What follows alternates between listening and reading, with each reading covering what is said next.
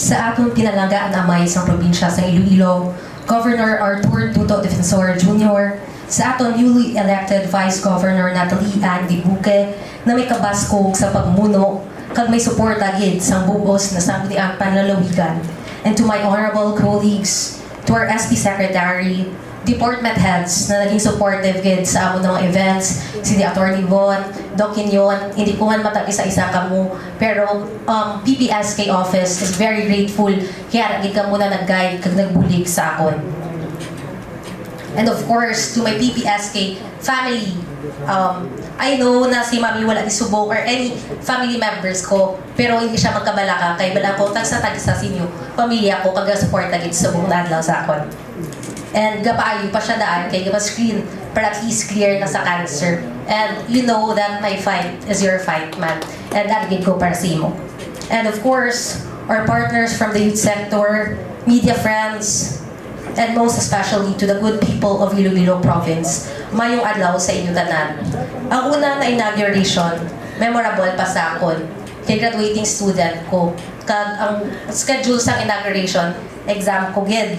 It was a 4 fight in a row. It was the barangay election, municipal election, and province election. Kag most especially, para di ko kigan sa nanay ko, ma-remain sa Latin honors. Kagapati ko na wala imposible basta gabakas kagay makas lang kita. We gathered here today not just to acknowledge a ceremony or tradition. This is the trust made visible. This is democracy at work. As the election season comes to a close, let this inauguration not be the end of the campaign, but the beginning of a commitment. Let us not forget that the offices we hold, the oath we take, and the trust we are given, all of it is borrowed from the people who place their hopes in our hands. Today, as I stand before you as the SK Provincial President, I speak not only with pride, but with deep humility and a renewed commitment.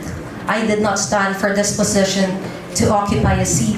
I stood to take responsibility, to represent your dreams, defend your rights, and ensure that no kabataan Ilonggo is left behind. Kag sa lipot na tion, makita naman ang naubrata, wala lang naghatagbugal sa probinsya sa Iloilo, kundi sa bugos na Pilipinas as one of the most outstanding SK Federation of the Philippines. And I am greatly grateful and honored to extend my warmest congratulations to my fellow board members, both newly elected and re-elected.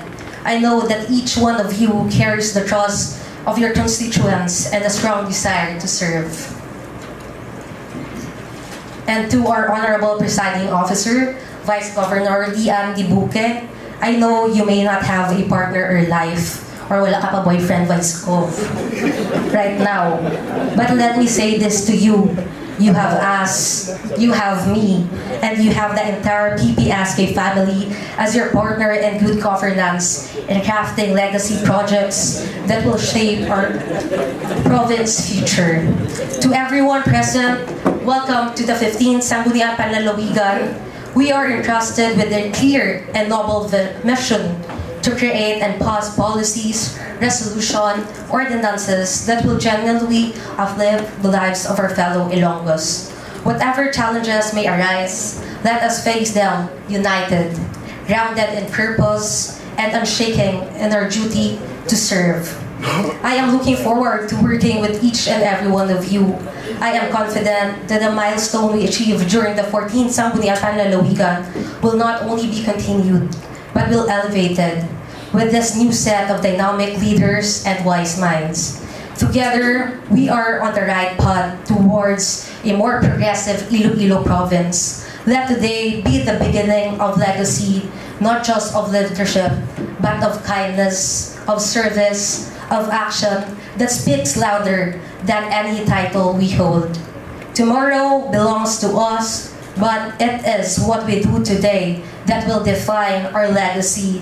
Let that legacy be one of unity, respect, and unwavering dedication to the people we serve. Madam, bugid na salamat. Padayon lang ta sa pagserbisyo, liderato na may kakusog, kaisog, kagabaskog para sa kabatang Ilonggo dahil kay Sara, hindi ka mag-iisa. Mabuhay ang Kabataan Ilonggo, pagpara inig sa imo mahal na Ginoo.